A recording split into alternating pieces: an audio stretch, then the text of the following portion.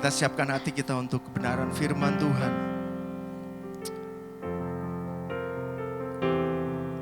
Bahwa hidup kami adalah karena percaya akan setiap janji-janji Tuhan. Dan kami percaya pengharapan di dalam Tuhan tidak pernah sia-sia. Bahkan di dalam kesesakan kami pun, kami percaya Engkau ada bersama-sama dengan kami. Terima kasih Tuhan. Terima kasih. Singers akan menaikkan pujian ini.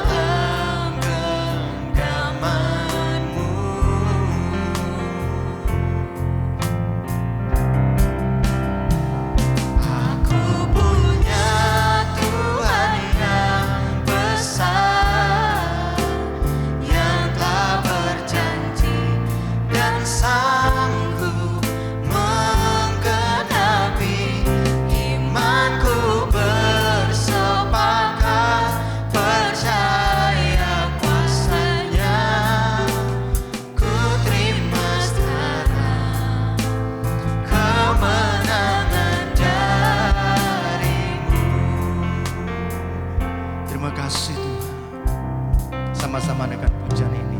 Ku hidup karena percaya Kau yang berjanji setia. Pengharapanku selalu ada di dalam-Mu. Kami tidak akan menyerah Tuhan. Ku tidak akan menyerah meski dalam kesesakan. Seluruh hidupku dalam genggaman-Mu. Yes Lord.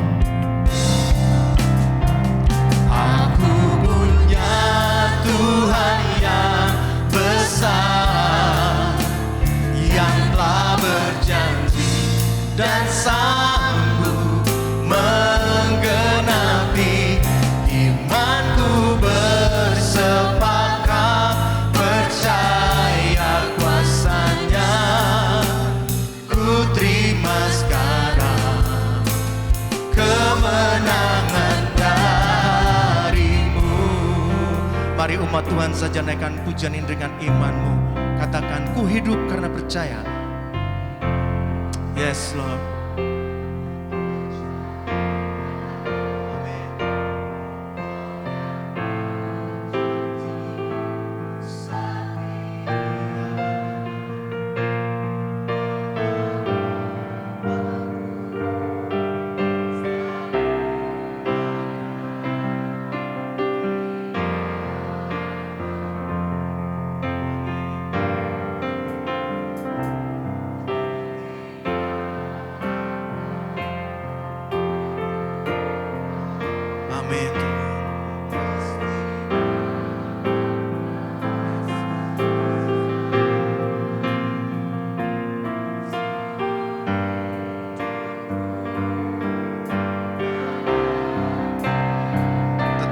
Tuhan saja katakan, aku punya Tuhan yang besar dengan imanmu.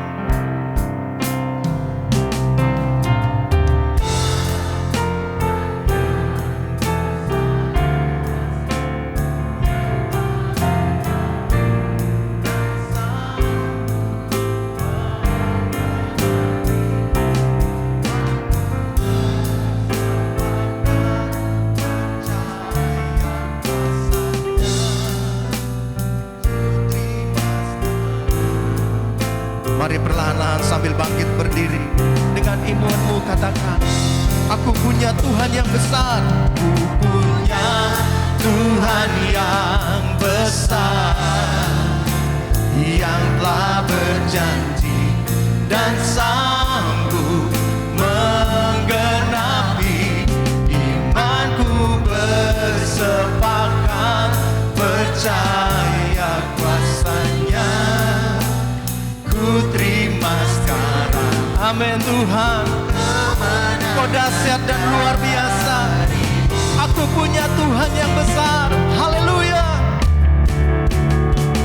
Aku punya Tuhan yang besar, yang telah berjanji dan sanggup menggenapi. Imanku bersepakat percaya kuasa-Nya, ku terima sekarang. Sekali lagi katakan, aku punya Tuhan yang besar. Aku punya Tuhan yang besar, yang telah berjanji dan sanggup menggenapi. Imanku bersepakat percaya kuasa-Nya, ku terima sekarang kemenangan darimu. Ku terima sekarang kemenangan darimu. Ku terima sekarang kemenangan darimu.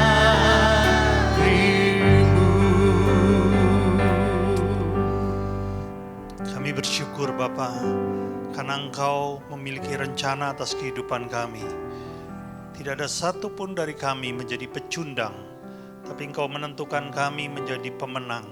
Oleh karena itu Bapa, kami memberi diri kami, dibentuk oleh firman-Mu, dibentuk oleh tangan-Mu yang kuat, supaya kami menjadi pribadi-pribadi yang kokoh, tangguh, dan bisa memenangkan kehidupan ini sampai ke garis akhir seperti yang Kau kehendaki. Mari Roh Kudus beracaralah tengah kami. Di dalam nama yang kudus, Yesus Kristus, Tuhan kami. Sama-sama kita katakan, amin. Silakan duduk Bapak Ibu, Shalom. Senang bisa berjumpa kembali dengan Bapak Ibu di tempat ini. Tapi sebelum mendengarkan firman, ada satu pengumuman yang harus saya sampaikan, bahwa hari Rabu dan hari Kamis, doa malam dan kelas PA diliburkan. Jadi Rabu dan Kamis ini saja, doa malam dan kelas PA diliburkan. Sehubungan dengan adanya training penjala yang akan diadakan mulai hari Rabu sampai hari Sabtu. Sekalian saya mengingatkan para peserta yang sudah didaftarkan, bisa datang tepat waktu ya. Kali ini pesertanya penuh, memenuhi kuota. Jadi saya percaya ada sesuatu yang luar biasa. Haleluya.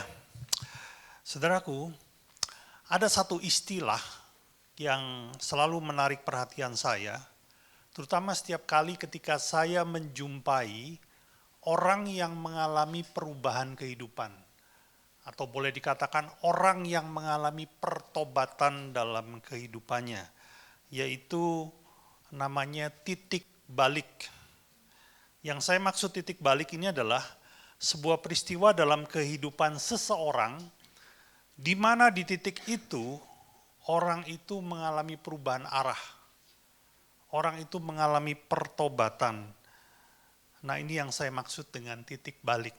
Setiap orang mempunyai titik baliknya masing-masing, termasuk saya pribadi. Tapi itu menjadi sebuah keinginan tahu saya, ya, menjadi sebuah rasa penasaran. Setiap kali saya menjumpai orang-orang yang sudah mengalami perubahan dalam kehidupannya. Ya, satu kali ketika di Jakarta, saya punya seorang kawan, saudaraku. Aduh, ini nakal sekali, saudara. kerjaannya dugem, ngedrak, sudah tahu ngedrak ya, pakai narkotik, judi, mabuk-mabukan, bahkan terlibat dengan kriminalitas, saudaraku. Namun setelah sekian lama nggak ketemu, saya mendapat kabar kawan saya ini katanya bertobat. Dia berubah. Nah, saya jadi penasaran, apa yang membuat dia berubah? Saya ingin tahu titik baliknya ada di mana. Dan Tuhan izinkan kami ketemu. Waktu saya ngobrol, saya tanya, kamu kok bisa berubah sih? Pemicunya apa itu? Peristiwa apa yang membuat kamu berubah? Saudaraku, ternyata Tuhan izinkan teman saya ini usahanya habis-habisan, bangkrut, rumah dijual, bahkan akhirnya dia harus numpang di tempat orang lain, makan pun susah. Sampai satu hari ya, ada seorang kawan lama datang, lalu mengajak dia untuk ikut sebuah ibadah di sebuah persekutuan, kebaktian kecil, saudaraku. Dan ya, dia pikir saya lagi nggak ada kerjaan, lagi nganggur, lagi stres pula, ikut aja lah. Jadi dia itu hanya karena ajakan saja. Namun ketika dia ikut, di penghujung acara, si hamba Tuhan mengatakan, ada satu orang yang akan dijamah oleh Tuhan. Dan entah mengapa orang ini mengalami perjumpaan ilahi. Dan di titik itu dia bilang, saya lupa tentang Tuhan selama ini. Dan saya baru sadar ada Tuhan. Di titik itu hidupnya berubah, saudaraku. Dan dia mulai tinggalkan kehidupan lamanya. Dia mulai coba cari pekerjaan. Dan akhirnya hidupnya dipulihkan. Bahkan hari ini orang ini melayani Tuhan. Haleluya. Jadi kalau saudara mau ngajak teman ke gereja atau ke sebuah acara rohani, jangan ragu-ragu, saudaraku, ajak aja. Barangkali ketika saudara ajak dia datang ke tempat itu, dia dijamah oleh Tuhan, betul? Hidupnya berubah, hatinya berubah, dia bertobat, meninggalkan dosanya. Jangan ragu, saudaraku. Ya, itu sebuah kesempatan yang baik. Nah, hari ini saudara, saya ingin mengajak kita melihat titik balik dari seorang yang luar biasa. Ini salah seorang murid Yesus yang bernama Paulus. Saya kalau sebut nama Paulus, saudara pasti sudah tahu. Oh, saya tahu Pak, itu titik baliknya ada di mana ya. Saudara nanti baca di rumah secara lengkap.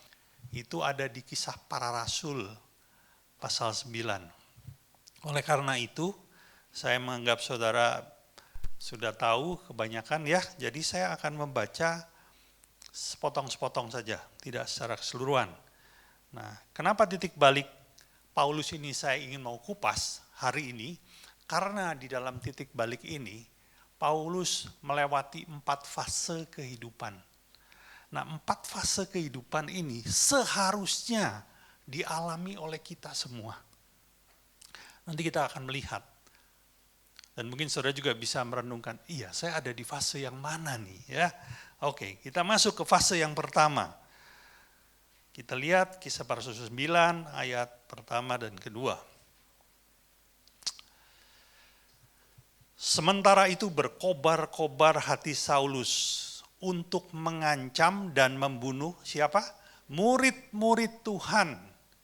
Ia menghadap imam besar dan meminta surat kuasa daripadanya untuk dibawa kepada majelis-majelis Yahudi di Damsyik, supaya jika ia menemukan laki-laki atau perempuan yang mengikuti jalan Tuhan, ia menangkap mereka dan membawa mereka ke Yerusalem. Ya, ini adalah fase pertama dari kehidupan Paulus. Saya menyebutnya fase hidup sebelum mengenal Kristus. Ya. Hidup sebelum mengenal Kristus. Kehidupan Paulus sebelum mengenal Yesus, dia mempercayai kebenarannya sendiri. Kita tahu ya, Paulus itu kan ahli Taurat, orang Farisi, orang yang sangat memegang aturan-aturan kitab Taurat. Dan pada waktu itu, Paulus menganggap Yesus serta seluruh murid-muridnya adalah orang sesat. Orang yang melanggar aturan-aturan Taurat. Oleh karena itu Paulus berikhtiar, berniat menangkapi siapapun pengikut Yesus yang dia temui. Paulus ini tinggal di Yerusalem. Dan ketika dia sudah menyelesaikan aksinya di Yerusalem, dia bilang, belum, jangan tampilin dulu ini. Ya, tunggu instruksi saya. Nggak seru saudaraku ya. Jadi dia berikhtiar menangkap semua pengikut Yesus, termasuk yang ada di kota Damsyik. Dan untuk itu dia perlu minta surat, saudara. Sayangnya pemimpin agamanya memberi surat, restu. Ya, kamu ke Damsyik, tangkapi itu semuanya. Haleluya. Nah, Paulus menganggap dia itu sedang melakukan kebenaran. Dia itu sedang membela agamanya. Jadi menurut dia itu bukan dosa. Inilah yang saya lakukan, ini kebenaran. Padahal itu kebenaran menurut versinya Paulus, saudara.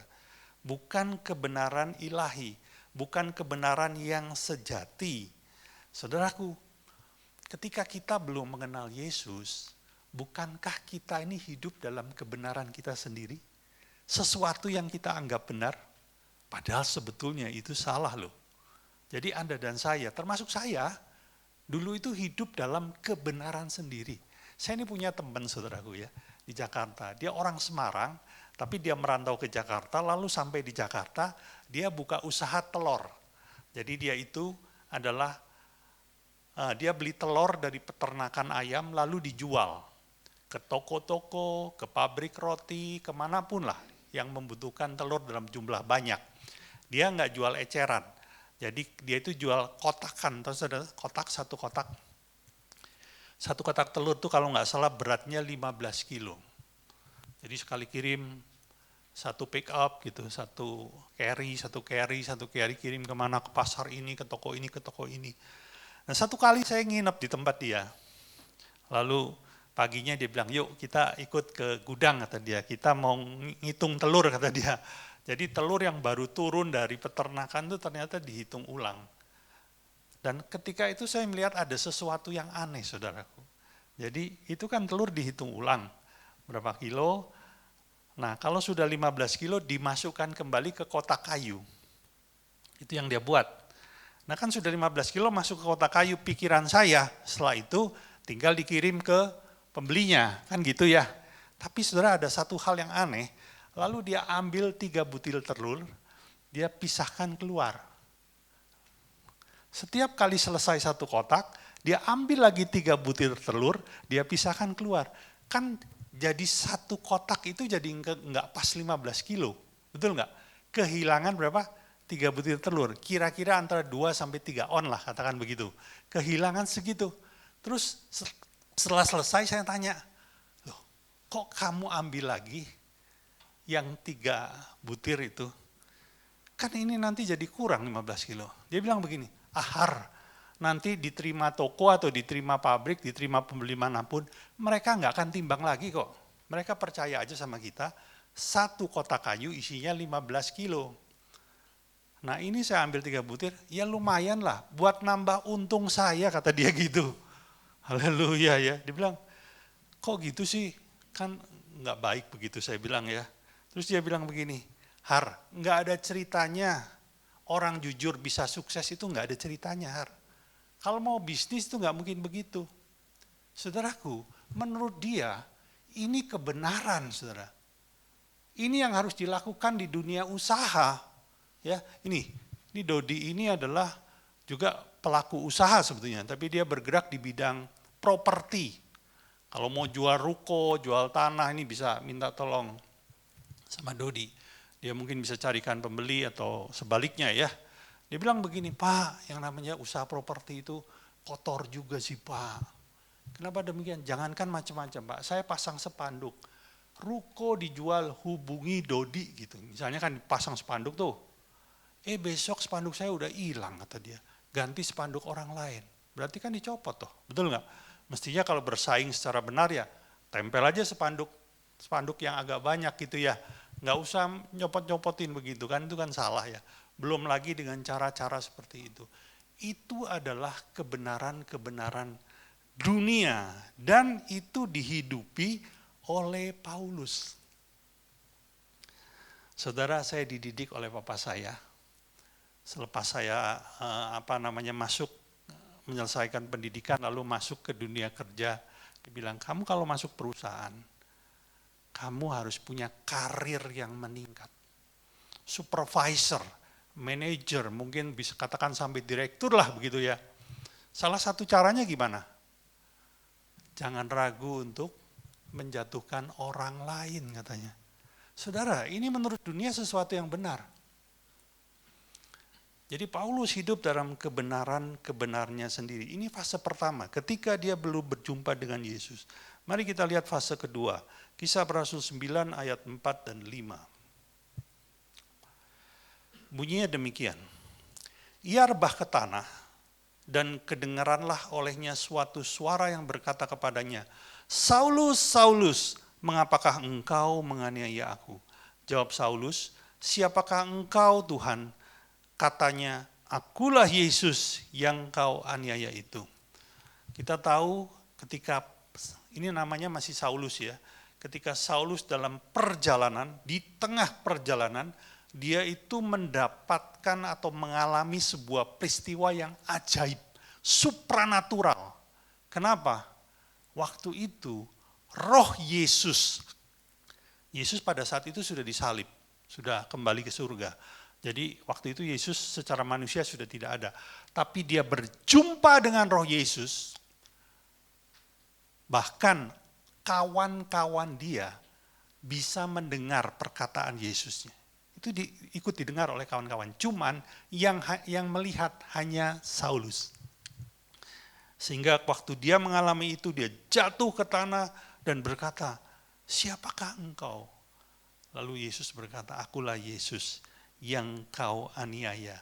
Fase kedua ini adalah perjumpaan pribadi dengan Tuhan. Saudara, di titik ini, Paulus mengalami sesuatu yang ajaib.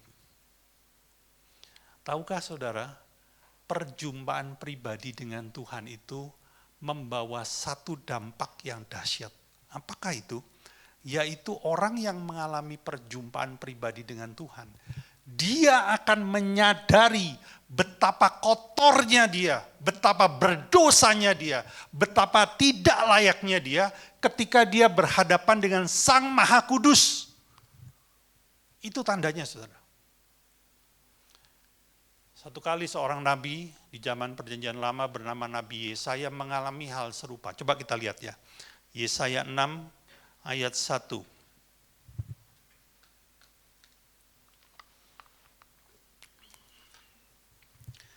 Dalam tahun matinya Raja Uzia, aku ini Nabi Yesaya, melihat Tuhan duduk di atas tahta yang tinggi dan menjulang, dan ujung jubahnya memenuhi bait suci. Waktu itu Yesaya sedang mengalami sebuah peristiwa supranatural, ajaib. Sehingga dia bisa melihat seakan-akan dia berhadapan dengan Tuhan. Dan betapa mulianya Tuhan, betapa agungnya Tuhan. Perhatikan apa yang terjadi di ayat kelima. Coba kita lihat ayat kelima. Lalu kataku, celakalah aku binasa. Sebab aku ini seorang yang najis bibir. Dan aku tinggal di tengah bangsa yang najis bibir. Namun mataku telah melihat Sang Raja, yakni Tuhan semesta alam. Inilah yang terjadi, saudara.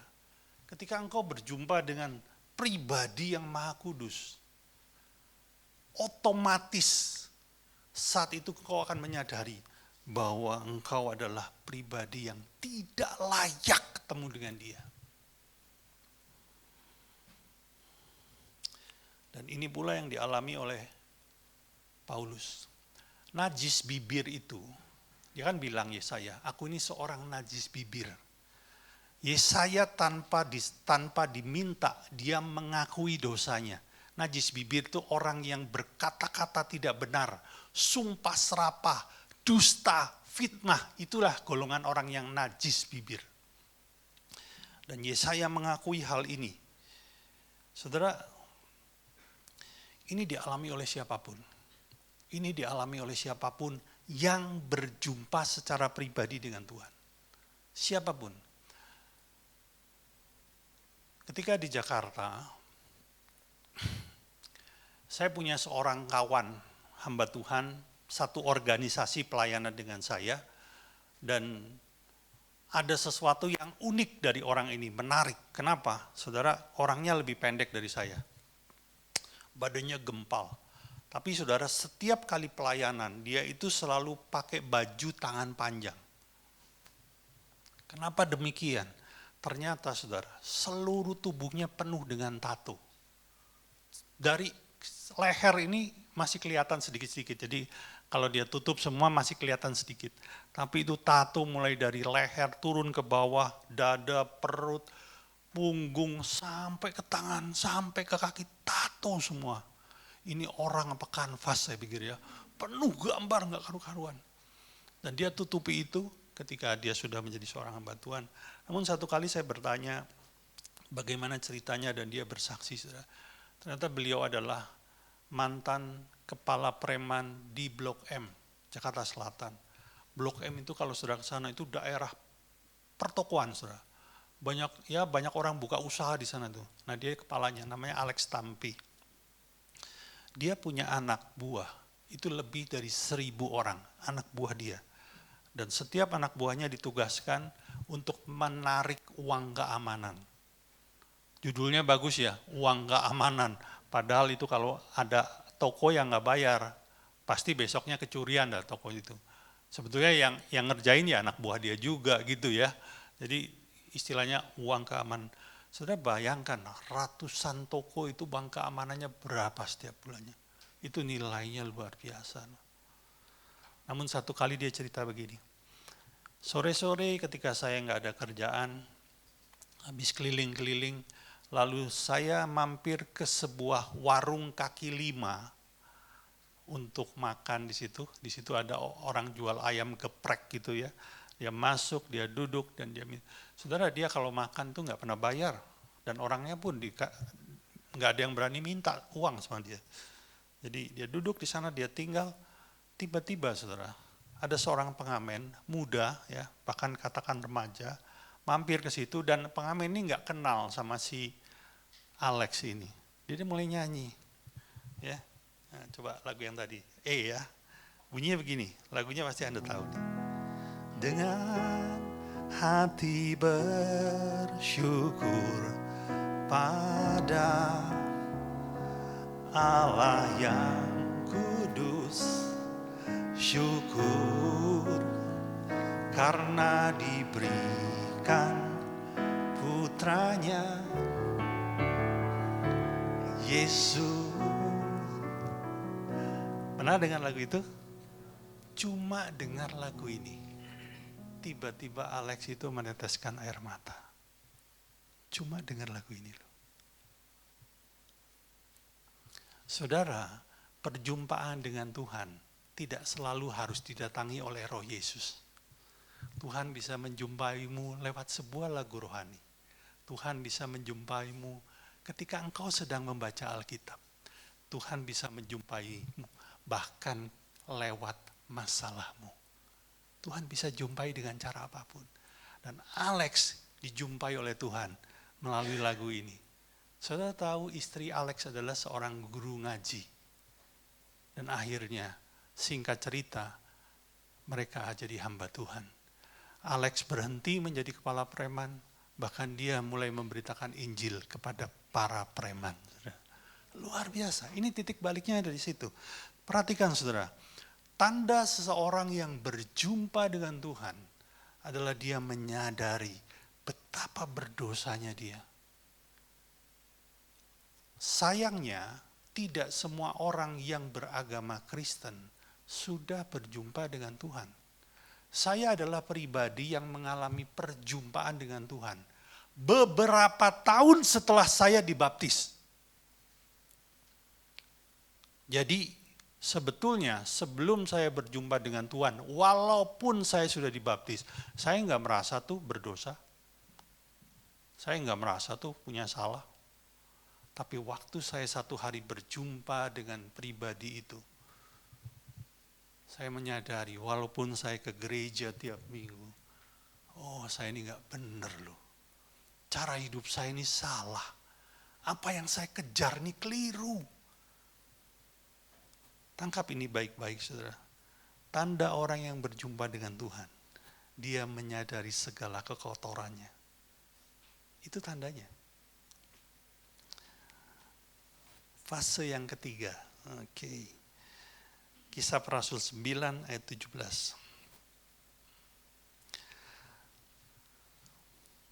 Jangan ditampilin dulu gambarnya. Itu mah belakangan. Nongol terus sih. Lalu pergilah Ananias ke situ dan masuk ke rumah itu. Ia menumpangkan tangannya ke atas Saulus. Katanya, Saulus saudaraku, Tuhan Yesus yang telah menampakkan diri kepadamu di jalan yang engkau lalui, telah menyuruh aku kepadamu, supaya engkau dapat melihat lagi dan penuh dengan Roh Kudus. 18. Dan seketika itu juga, seolah-olah selaput gugur dari matanya, sehingga ia dapat melihat lagi, ia bangun lalu dibaptis. Dan setelah ia makan, pulihlah kekuatannya. Saulus tinggal beberapa hari bersama-sama dengan murid-murid di Damsyik. Di fase ketiga, di titik ini, Paulus memutuskan untuk bertobat. Meninggalkan cara pandang lamanya, meninggalkan kebenarannya sendiri, dan mulai hidup dalam kebenaran Tuhan. Saudaraku, ada satu dampak yang dulu saya pikir kenapa Tuhan ya? Yaitu ketika Saulus berjumpa dengan Yesus, apa yang terjadi? Dikatakan matanya buta. Dan itu 3 hari loh saudara. Dia buta 3 hari, betul-betul tidak bisa melihat. Sehingga dia harus dituntun. Dan ketika Ananias mendoakan Saulus, dikatakan seperti ada selaput yang menghalangi mata itu gugur dan Saulus bisa melihat lagi. Ternyata saudara, ini punya arti rohani. Bahwa Allah mengganti cara pandang yang lama dengan cara pandang yang baru. Sehingga kebenaran yang lama yang dulu dipegang Saulus dilepaskan dan dia memegang kebenaran ilahi. Saudara, itulah arti rohani dari dibutakan dan melek kembali, saudara. Dampak itu membuat Saulus bukan saja menyadari kekotorannya, tapi membuat dia memutuskan bertobat. Saudara, itu sebuah keputusan yang luar biasa. Jadi dia mau meninggalkan semua kehidupan lamanya. Tapi ada satu hal yang menarik, saudara. Dalam perjalanan pertobatan Saulus ini, ada satu pribadi yang namanya Ananias. Siapa itu Ananias? Ananias adalah seorang murid Tuhan yang tinggal di Damsyik. Secara khusus loh, Tuhan itu memberi perintah kepada Ananias. Ketika Ananias sedang berdoa, Tuhan memberi perintah, pergi temui Saulus, doakan dia.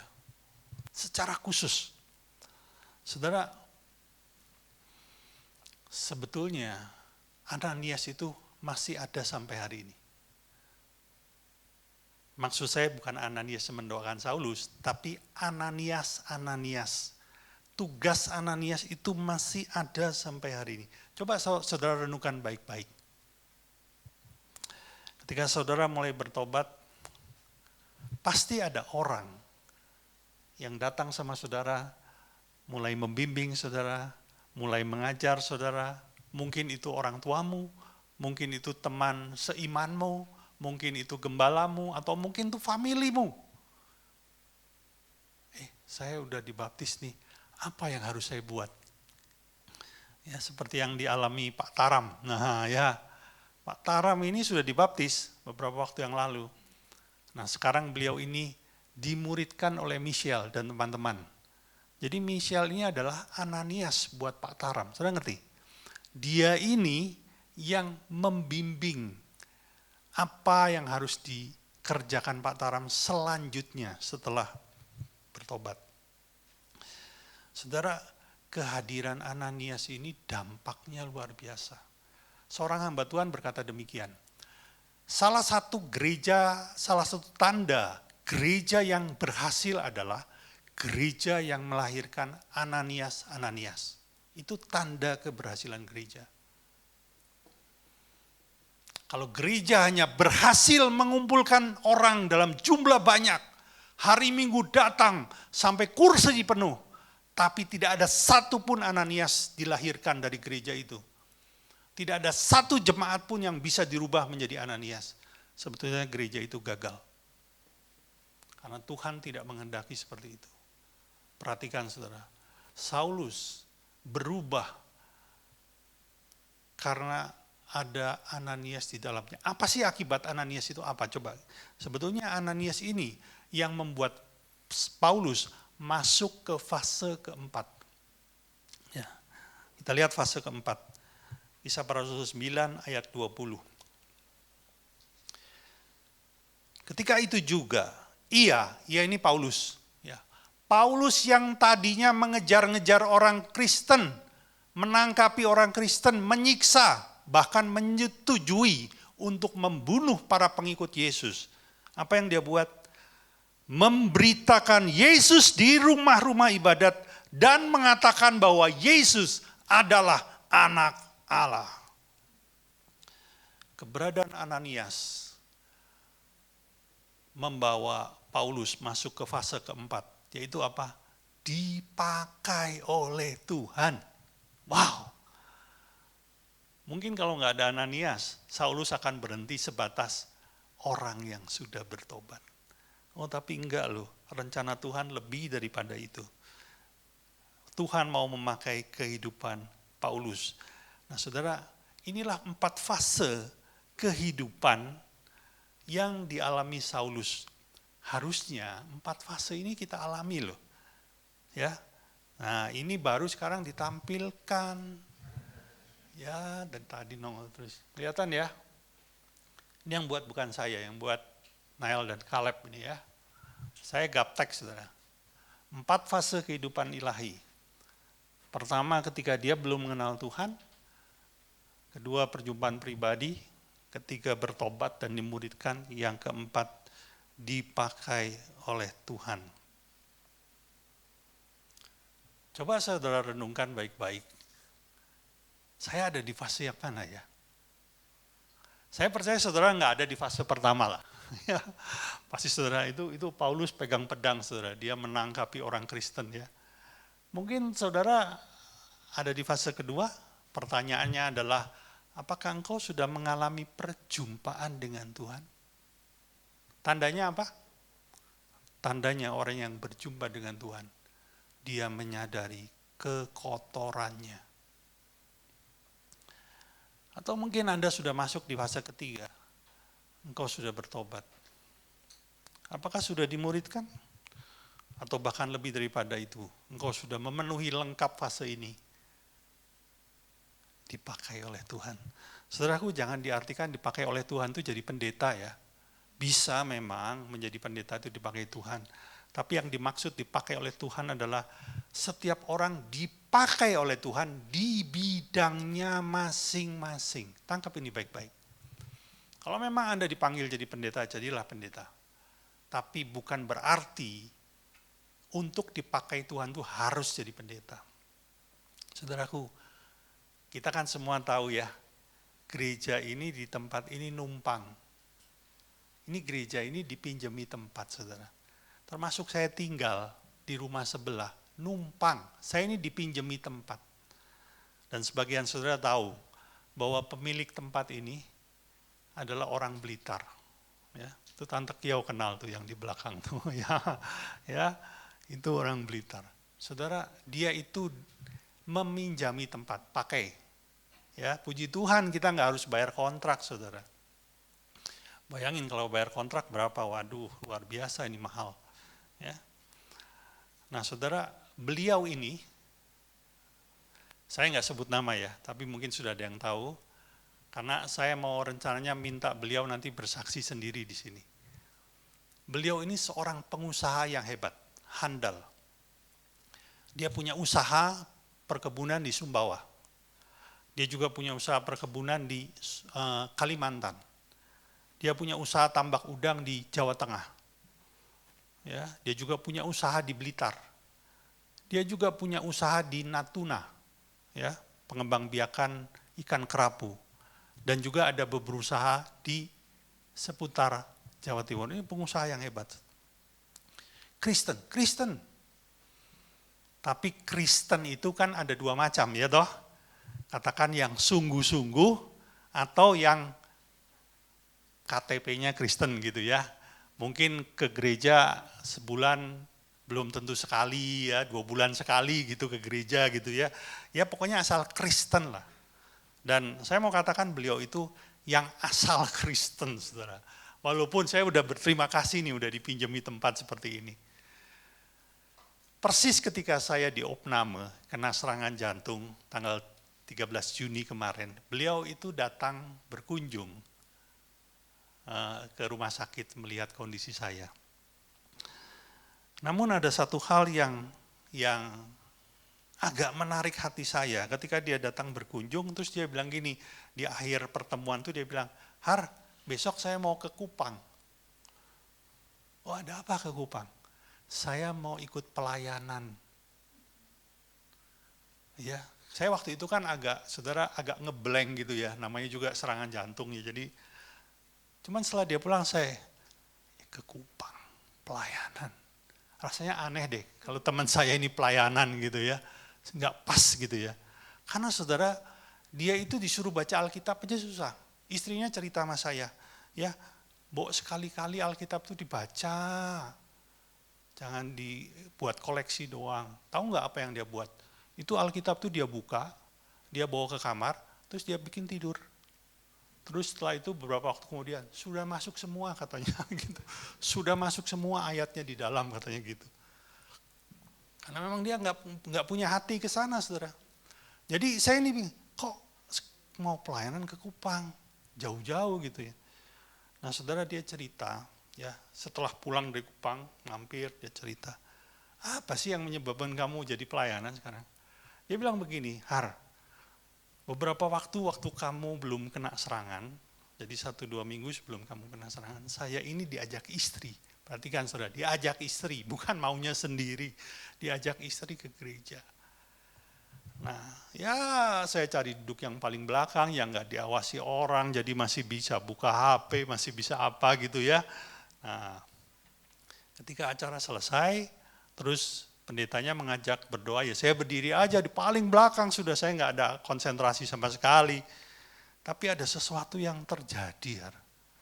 Tiba-tiba dia merasa kasih Tuhan itu menjamah, mengalir, menyentuh hati dia. Itu orang yang sangat keras, saudara. Dulu waktu sama-sama muda, saya ini pernah berantem. Maksudnya orang yang betul-betul keras lah, ya, nggak ada kata menangis buat dia itu. Di saat itu dia bilang, ya, saya menangis, nggak bisa menghentikan air mata sampai selesai ibadah, sampai pulang, sampai masuk ke dalam mobil itu terus mengalir.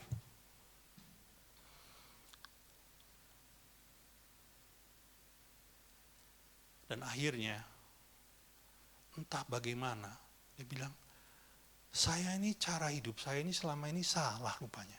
Perhatikan saudara, perjumpaan dengan Allah itu membuat kita sadar kesalahan kita. Har, saya mau rubah sasaran hidup saya. Sasaran hidup saya bukan lagi uang, bukan. Salah itu. Saya ini harusnya hidup untuk Tuhan. Jadi dia bilang, saya udah nggak mau konsentrasi terlalu banyak di sana. Sekarang saya mau belajar Alkitab. Dia bilang gini, kalau saya belajar Alkitab sama kamu, saya harus bayar berapa? Saya bilang nggak usah, gratis, datang aja ke sini, ya. Dan ternyata itu dia sungguh-sungguh loh, saudara. Dia sungguh-sungguh. Dia bilang saya harus jadi berkat, Har. Berapa hari yang lalu dia cerita, dia telepon saya dari kota Blitar, dia telepon, Har, saya ketemu dengan seorang janda yang kehilangan pekerjaan, tapi dia masih harus menghidupi anak-anaknya yang masih kecil. Sudah itu dia sudah nggak punya uang lagi untuk nerusin kontrak. Tahu nggak apa yang dia buat? Dia pinjamkan salah satu rumah yang dia punya di Blitar. Tinggal di situ, gratis, pakai aja. Sampai engkau mampu menghidupi dirimu sendiri. Pakai sudah. Rasanya ini hidup saya jadi lebih berarti, Har. Bukan lagi ngejar uang, saudara. Berubah, saudara. Dan dia sekarang sedang mempersiapkan dirinya bagaimana supaya dia bisa dipakai oleh Tuhan. Saudara, ini 4 fase ini harus dilewati, saudara. Kalau engkau hanya ada di fase kedua, ada di fase ketiga, itu belum lengkap loh. Itu rencana Allah belum tuntas dalam hidupmu.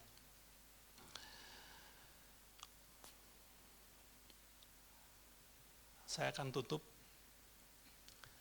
dan memberikan sebuah pertanyaan kepada kita. Ada di manakah kehidupan kita sekarang? Di fase yang mana? Haleluya. Boleh kunci E yang tadi?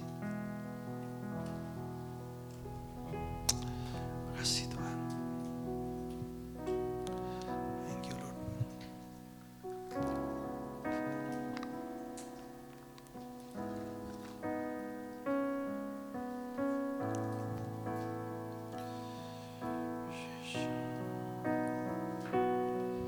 Dengan hati bersyukur pada Allah yang kudus, syukur karena diberikan putranya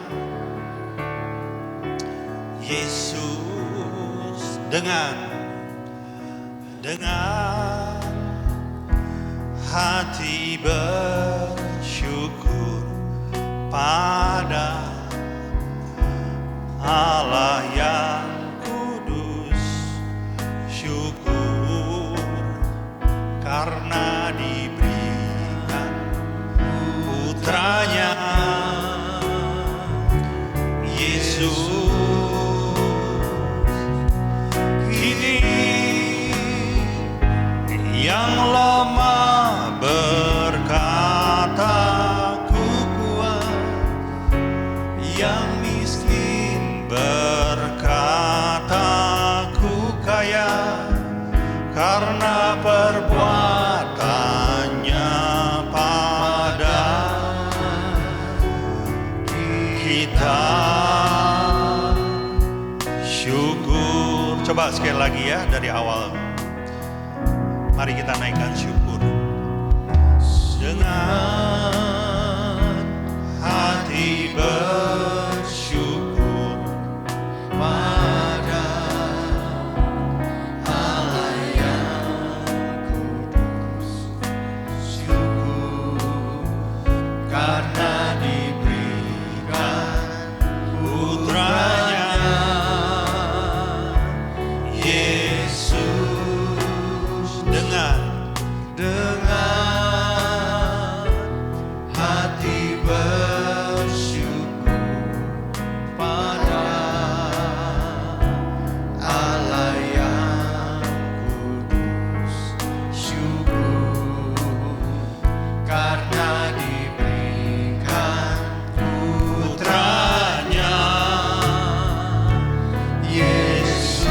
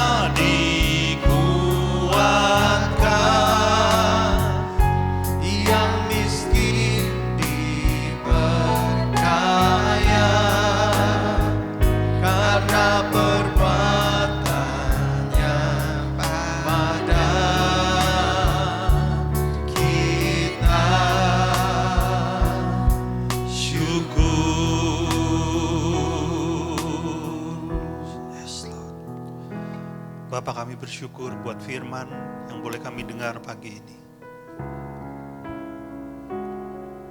Tuhan, tolong kami supaya kami bisa menuntaskan seluruh fase dalam kehidupan kami. Sampai pada titik kami dipakai oleh-Mu, Tuhan.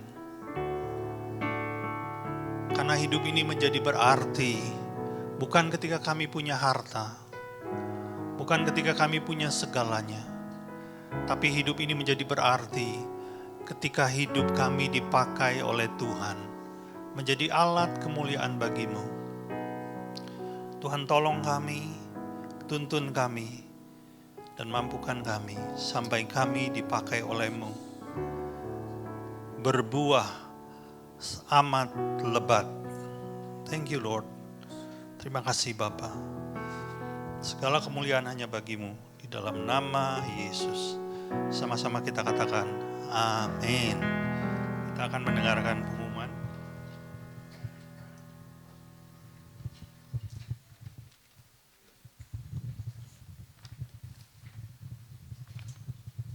Selamat pagi, shalom Bapak Ibu. Saya akan baca pengumuman. Bagi saudara yang ingin memberikan persembahan, bisa dilakukannya setelah ibadah ini selesai. Berikutnya, ibadah online dapat diakses dan linknya akan diumumkan di grup Telegram gereja sekitar jam 1 siang. Berikutnya, untuk membangun kekinian dengan Tuhan, gereja mengajak jemaat untuk menyembah Tuhan di rumah masing-masing. Setiap jam 8 malam, saudara bisa mengajak seluruh anggota keluarga yang terlibat dalam penyembahan tersebut. Doa malam dan dalam Alkitab diliburkan minggu ini. Komsel dewasa muda diadakan setiap hari Sabtu jam 3:30 sore. Itu aja, mari kita bangkit berdiri, kita akan mengakhiri dengan doa penutup. Segala puji syukur Tuhan kami naikkan di hadapan-Mu. Terima kasih Bapa untuk kebaikan-Mu atas waktu yang kami boleh berkumpul, berhimpun Tuhan. Memuji, membesarkan nama-Mu Tuhan. Terima kasih Tuhan. Terlebih-lebih Tuhan, Kau menyadari kami akan firman-Mu Tuhan. Ajari kami lebih lagi untuk mengenal hati-Mu Tuhan. Terima kasih untuk hamba-Mu yang telah menyampaikan isi hati-Mu. Kau pakai beliau lebih lagi. Hati hamba, hati gembala selalu ada dalam hidupnya Tuhan, yang terus menuntun kami untuk lebih dekat dan mengenal Kau lebih dalam lagi. Terima kasih Bapa. Biarlah Tuhan firman itu bertumbuh, berakar di dalam hati kami. Beri kami kekuatan, beri kami kemampuan Tuhan untuk menggenapi setiap rencana-Mu dalam hidup kami. Kami juga bersyukur Tuhan untuk WL, sehingga pemain musik, guru-guru sekolah minggu yang terlibat dalam pelayanan ini Tuhan. Terima kasih. Kalau kami boleh melayani Engkau Tuhan, beri kami hati yang lebih murni, lebih tulus lagi Tuhan, untuk melayani Engkau Tuhan. Terima kasih Bapa, kami berdoa untuk seluruh jemaat-Mu Tuhan di tempat ini. Kau berkati keluarga lepas keluarga, pekerjaan, studi mereka Kau berkati Bapa. Biar apapun yang mereka kerjakan jadi mereka berhasil Tuhan, dan nama Tuhan ditinggikan dalam hidup mereka. Tidak lupa kami juga bawa persembahan kami di hadapan-Mu. Kau pakai untuk memperluas kerajaan-Mu ke bumi ini Tuhan. Terima kasih Bapa, kami juga ingin memberkati Indonesia. Kami minta pengampunan untuk Indonesia. Pulihkan.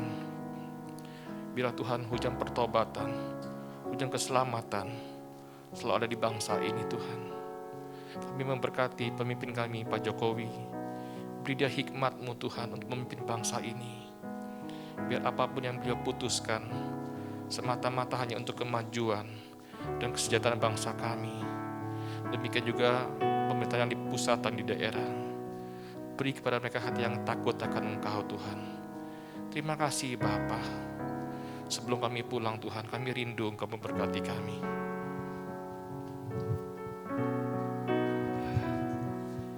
Mari jemaat yang kasih Tuhan, kita angkat tangan kita, arahkan hatimu kepada Bapa di surga. Diberkatilah Engkau berlimpah-limpah dengan segala yang terbaik dari Allah Bapa, kasih-Nya yang sempurna di dalam Yesus Kristus, serta kekuatan, pertolongan, dan penghiburan dari Roh Kudus memampukan engkau untuk menghidupi segenap kehendak Allah.